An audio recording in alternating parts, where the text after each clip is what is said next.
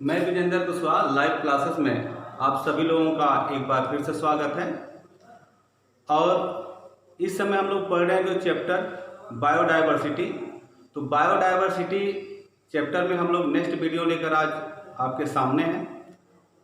कल या next video में इसके बारे में आपको कुछ जानकारी दी गई थी। आज हम लोग उसी के आगे उसको थोड़ा सा हिस्सा हम लोग रिविजन भी कर लेंगे। देखिए, चैप्टर है आपका जैव विविधता। जैव का मतलब जीव, विविधता का मतलब डिफरेंट। तो जितने भी इस पृथ्वी पर प्राणी हैं सब में कुछ न कुछ अंतर है। प्राणी के साथ साथ पेड़ पौधे सब एक दूसरे से भिन्न हैं, सब एक दूसरे से कुछ न कुछ अलग है और यह अलग ही जैव विविधता कहलाता। लेकिन जैव विविधता के कारण क्या क्या हो सकते हैं, मतलब जैव विविधता सबसे अधिक कहाँ पाया जाएगा। तो जैव विविधता की परिभाषा आपका है किसी इकोसिस्टम में सजीव प्राणियों में जो अंतर दिखता है उसे ही हम जैव विविधता कहते हैं। सजीव प्राणी, अब इस सजीव प्राणी में पेड़ पौधे, जंतु, बैक्टीरिया, फंगस ये सब आते हैं और सब में कुछ न कुछ अंतर दिखता है। तो जैव विविधता एक बार पुनः आप सुन लीजिए। किसी इकोसिस्टम में इस पृथ्वी पर जितने भी सजीव प्राणी हैं उसमें कुछ न कुछ अंतर दिखता है और यह अंतर ही जैव विविधता कहलाता है। लेकिन यह जैव विविधता के लिए प्रमुख कारण क्या है? तो पहला कारण है आपका अत्यधिक वर्षा और उच्चता। अत्यधिक वर्षा और उच्चता, इसका मतलब क्या है? अब यह हमारी पृथ्वी है और यह भूमध्य रेखा है, कर्क रेखा, मकर रेखा। तो पृथ्वी के जिस हिस्से पर अत्यधिक वर्षा होगी और जहां पर ताप अधिक होगा तो स्वाभाविक सी बात है वहां पर पेड़ पौधे अधिक उगेंगे। तो जहां पर पेड़ पौधे अधिक होंगे वहां पर जीवों की प्रजातियां भी क्या होगी? अधिक होगी। तो उसके लिए क्या क्या जिम्मेवार है? अत्यधिक वर्षा और उच्च ताप। अब देखिए, जैसे जैसे आप पृथ्वी से इधर आपका उत्तरी ध्रुव है और इधर आपका दक्षिणी ध्रुव है, अगर आप भूमध्य रेखा से ऊपर की तरफ जाते हैं, मतलब ध्रुव की तरफ जाते हैं, पोल की तरफ जाते हैं, तो क्या होगा? वर्षा भी कम होगा और ताप भी कम होगा। मतलब जैसे जैसे आप ध्रुव की तरफ जाएंगे जैव विविधता में कमी आएगी, क्योंकि वहां पर बरसात भी कमी होगा और ताप में भी क्या होगी? कमी आएगी। तो जहां पर ये कमी आएगी वह आपका जैव विविधता के लिए जिम्मेवार होगा। मतलब वहां पर जीव और पेड़ पौधों की संख्या में क्या होगी? कमी आएगी। तो इसके लिए कौन कौन से जैव विविधता के लिए शर्त है? अत्यधिक वर्षा और उच्चता। यह कंफर्म हो गया। जैव विविधता के लिए जो शर्त है वह अत्यधिक वर्षा और उच्चता। तो आप अपने दिमाग में बैठा लिए। अब परीक्षा लेवल से ले जा लीजिए। परीक्षा में पूछा जाता है कि ध्रुव की तरफ बढ़ने पर जैव विविधता घटेगी कि बढ़ेगी? तो आप देख सकते हैं जैसे जैसे हम ध्रुव की तरफ जाएंगे ताप और वर्षा दोनों कम होगा। तो जहां पर न बारिश होगा न ताप होगा तो स्वाभाविक सी बात है वहां पर सजीव प्राणियों का क्या होगा? अभाव होगा। तो हम ध्रुवों की तरफ जाएंगे या पोल की तरफ जाएंगे तो जैव विविधता में क्या आएगी? कमी आएगी। या आपका पूरे पृथ्वी स्तर पर तो जितने भी जहां पर जैव विविधता पाई जाएगी वह इन्हीं क्षेत्रों में पाई जाएगी। मतलब जो भूमध्य रेखा पर होंगे, जहां भूमध्य रेखा कर्क रेखा वाले क्षेत्रों में जो है वहां पर जैव विविधता अत्यधिक होगी। चाहे वह हमारा इंडोनेशिया हो, भारत हो या ब्राजील हो, लिख भी सकते हैं, चाहे इंडोनेशिया, ब्राजील, भारत, वह इसी वाले भाग में पड़ते हैं जहां पर बायोडाइवर्सिटी अधिक होती है। अब हॉट स्पॉट को उष्ण स्थल कहते हैं। हॉट स्पॉट आजकल आप देख रहे होंगे कोरोना वायरस, जहाँ जहाँ पर यह वायरस अत्यधिक है या अत्यधिक व्यक्ति वहाँ से संक्रमित है, उस क्षेत्र को हम क्या करें, हॉट स्पॉट। तो हॉट स्पॉट का एक आम तौर पर आप समझ लीजिए जहाँ पर किसी विशेष की मात्रा अधिक हो जाती है या जहाँ पर किसी की मात्रा सबसे अधिक हो, तो हॉट स्पॉट उसी क्षेत्र को कहते हैं जहाँ पर बायोडाइवर्सिटी, यहाँ पर आप आएंगे बायोडाइवर्सिटी अत्यधिक हो, जैव विविधता अधिक हो, तो इसकी हिंदी होता उष्ण स्थल।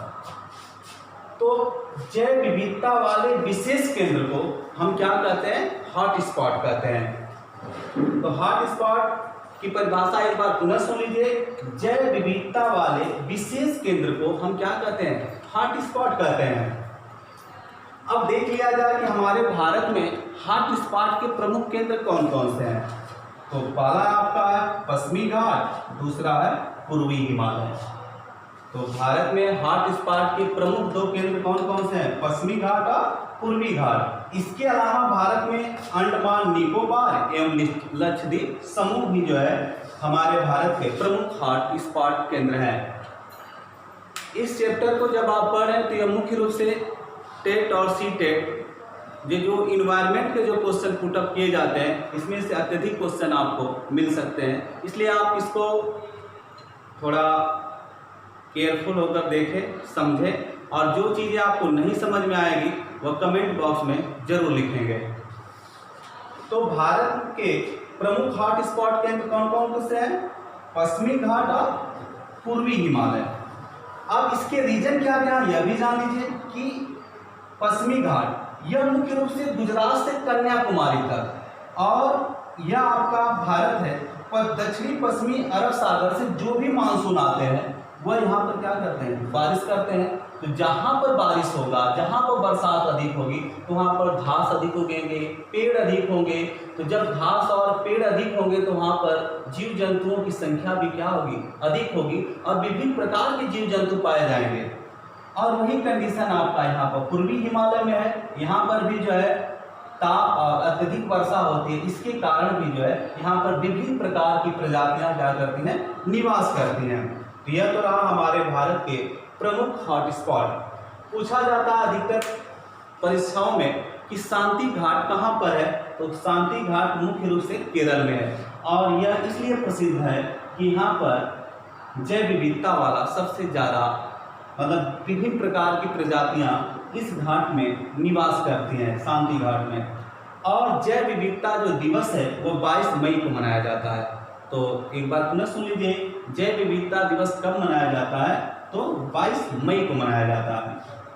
ठीक, अब इसके बाद यूएनओ जो जैव विविधता जो दशक के रूप में 2011 से 2020 तक इसको जैव विविधता दशक के रूप में यूएनओ इसको मना रहा है।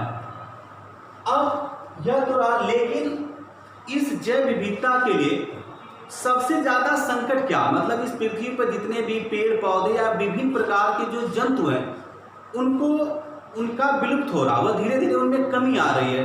तो उसके लिए क्या क्या कारण जिम्मेवार है, तो देख लीजिए। पहला, प्राकृतिक आवास का नष्ट होना। अब किसी भी जीव जंतुओं के लिए उसका प्राकृतिक आवास क्या होता है, जंगल होता है, और जब जंगल नष्ट होंगे तो स्वाभाविक सी बात है कि यह जीवधारी भी क्या होंगे, नष्ट होंगे। तो पहला कारण क्या हो गया आपका, प्राकृतिक आवास का नष्ट होना। दूसरा है ग्लोबल वार्मिंग। जब हमारे पृथ्वी पर कार्बन उत्सर्जन बढ़ेगा, मतलब कार्बन जैसे जैसे बढ़ेगा कार्बन का उत्सर्जन, तो हमारे पृथ्वी का ताप बढ़ेगा, क्योंकि कार्बन डाइऑक्साइड का जब उत्सर्जन होता है तो कार्बन डाइऑक्साइड गर्म होती है, और गर्म होने के कारण पृथ्वी के ताप को क्या कर देती है, बढ़ा देती है। तो जब ग्लोबल वार्मिंग बढ़ेगा तो स्वाभाविक सी बात है कि अनेक पेड़ पौधे और अनेक छोटे जंतु क्या होंगे, नष्ट होंगे। तो दूसरा कारण आपका क्या है, ग्लोबल वार्मिंग। तीसरा, विदेशी प्रजातियों का आक्रमण। अब जैसे मान लीजिए कोई एक जंगल है, उसमें उसका एक खुद का इकोसिस्टम है, खुद अपने आप में एक पारिस्थितिकी है, लेकिन वहाँ पर कोई जंगली घास अगर पहुँच जाती है और उस जंगली घास का विकास इतना तेजी से होने लगे कि मूल जाति जो उस वहाँ के जो मूल जाति की जो घास है वह नष्ट होने लगे, तो यह भी हमारे बायोडाइवर्सिटी के लिए अच्छी बात नहीं है। चौथा कारण नगरीकरण और औद्योगिकरण। जनसंख्या दिन पर दिन बढ़ती जा रही है, तो जिसके कारण मानव जो है अपने आवास के लिए जंगलों को काट रहा है, बिजनेस पर्पज से अनेक कल कारखाने को बना रहा है। तो कल कारखाने और आवासों की समस्या के कारण मनुष्य क्या कर रहा है, जंगलों की कटाई बहुत तेजी से हो रही है, तो जिसके कारण हम लोगों का इकोसिस्टम प्रभावित होगा। और जब इकोसिस्टम प्रभावित होगा तो स्वाभाविक सी बात है कि हमारा जैव विविधता भी प्रभावित होगा।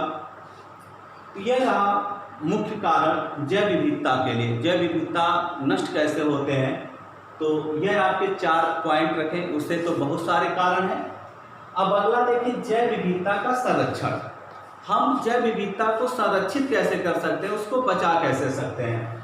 तो पहला है इन सीटू और दूसरा एक्स सीटू। इसका मतलब क्या होता है। अब जैसे मान लीजिए कि ये आपका जंगली इलाका है, ये एक विशेष क्षेत्र है, या सपोज दैट ये एक विशेष क्षेत्र है, यहाँ पर बहुत सारे पेड़ पौधे उगे हुए हैं, ठीक। किसी कारणवश यह नष्ट हो रहे हैं, यह बहुत तेजी से क्या कर रहे हैं, नष्ट हो रहे हैं। लेकिन मानव जो है उसी क्षेत्र में उसे संरक्षित करने का प्रयास कर रहा हो कि वह उसी क्षेत्र में वह अपनी जाति को बढ़ाते रहें। तो ऐसी व्यवस्था या इस प्रकार का जो प्रयास होता है वह कहलाता है इन सीटू, मतलब स्वस्थान पद्धति। उसी स्थान पर उसी जाति के पौधों को संरक्षित करना और उनकी संख्या को बढ़ावा देना, यह आपका क्या कहलाता है, इन सीटू। दूसरा एक्स सीटू, वाय स्थान पद्धति। अब मान लीजिए कि यह कोई विशेष प्रकार की घास हो या कोई जंतु है, अब उसकी संख्या में दिन प्रतिदिन कमी होती जा रही है और वह इस स्थान पर हम स्वस्थान पद्धति अपना रहे हैं इन सीटू, लेकिन फिर भी उसकी संख्या कम होती जा रही है। तो उसके लिए क्या होता है कि इसको हम एक स्थान से हटाकर अब इसको हम दूसरे स्थान पर, लैब हो सकता है, आपका कोई विशेष स्थान हो सकता है, तो अब एक स्थान से इसको हटाकर हमने दूसरे स्थान पर इसको संरक्षित कर दिया। तो यह आपका क्या हो गया, एक्स सीटू। अब हमें उम्मीद है कि आपको इन सीटू और एक्स सीटू समझ में आ गया होगा। नाम से ही स्पष्ट हो, वाय स्थान मतलब उसको हम दूसरे स्थान पर क्या करते हैं, संरक्षित करते हैं। तो जब हम इसको दूसरे स्थान पर संरक्षित करते हैं तो आपका क्या कहलाता है, एक्स सीटू। उसी तरह से यह आप जितना भी इकोसिस्टम पढ़ रहे थे यह धरातल था। अब जलीय जैव विविधता। जलीय जैव विविधता क्या होता है, जिस तरह से हमारे पृथ्वी पर या स्थल पर विभिन्न प्रकार के जीव जंतु पेड़ पौधे पाए जाते हैं, उसी तरह से आप एक जल के अंदर एक तालाब में देखेंगे या एक समुद्र में देखेंगे, वहाँ पर भी आपको बायोडाइवर्सिटी दिखाई देगी, जैव विविधता दिखाई देगी। अब यह तो रहा आपका जलीय जैव विविधता, इसके बारे में हम लोग नेक्स्ट वीडियो में चर्चा करेंगे। अब देखिए IUCN इसका पूरा नाम होता है international union for conservation of nature. इसका काम क्या होता है, रेड डाटा बुक का नाम आप लोगों ने सुना होगा। तो रेड डाटा बुक का जो प्रकाशन होता है वह IUCN करता है। और रेड डाटा बुक होता क्या है कि जब पृथ्वी से जितनी भी जातियां संकटग्रस्त जातियां होती हैं या वह विलुप्त होने के कगार पर पहुंचती हैं या फिर विलुप्त होने वाली होती हैं, तो ऐसी जातियों को हम क्या कहते हैं, संकटग्रस्त जातियां होती हैं। और उन संकटग्रस्त जातियों को हम लोग रेड डाटा बुक में लिखते हैं या नोट करते हैं। अब दूसरी इंपॉर्टेंट चीज कि हम किसी जाति को कैसे कहेंगे कि वह विलुप्त हो चुकी है। अब जैसे मान लीजिए कि गौरैया है, यह मान लीजिए अगर वह गौरैया हमारे पृथ्वी पर 50 वर्ष तक दिखाई नहीं दे, कितने वर्ष तक, 50 वर्ष तक, तब हम कहेंगे कि गौरैया हमारे पृथ्वी से विलुप्त हो चुकी है। तो आपसे प्रश्न भी पूछा जा सकता है कि कितने वर्ष के बाद हम किसी जीवधारी को विलुप्त साबित करते हैं, तो वह समय होता है 50 वर्ष। तो आज के लिए इतना ही। इसमें बहुत सी टॉपिक हो सकता है छूट गया, तो फिर हम उसको कोशिश करेंगे कि जितनी भी टॉपिक छूटे फिर हम उसको नेक्स्ट वीडियो में आपके सामने लेकर आए हैं। उम्मीद है कि यह वीडियो आपको पसंद आया होगा और हम ये आपसे उम्मीद करते हैं कि अगर ये वीडियो आपको पसंद आ रहा है तो इसको लाइक करें, कमेंट करें और अधिक से अधिक शेयर करें, अपने फ्रेंड, अपने ग्रुप में भी हमारे वीडियो को पहुंचाएं, ताकि यह हमारा स्काई एकेडमी JKN का परिवार दिन पर दिन बढ़ता रहे। बस आज के लिए इतना ही, धन्यवाद।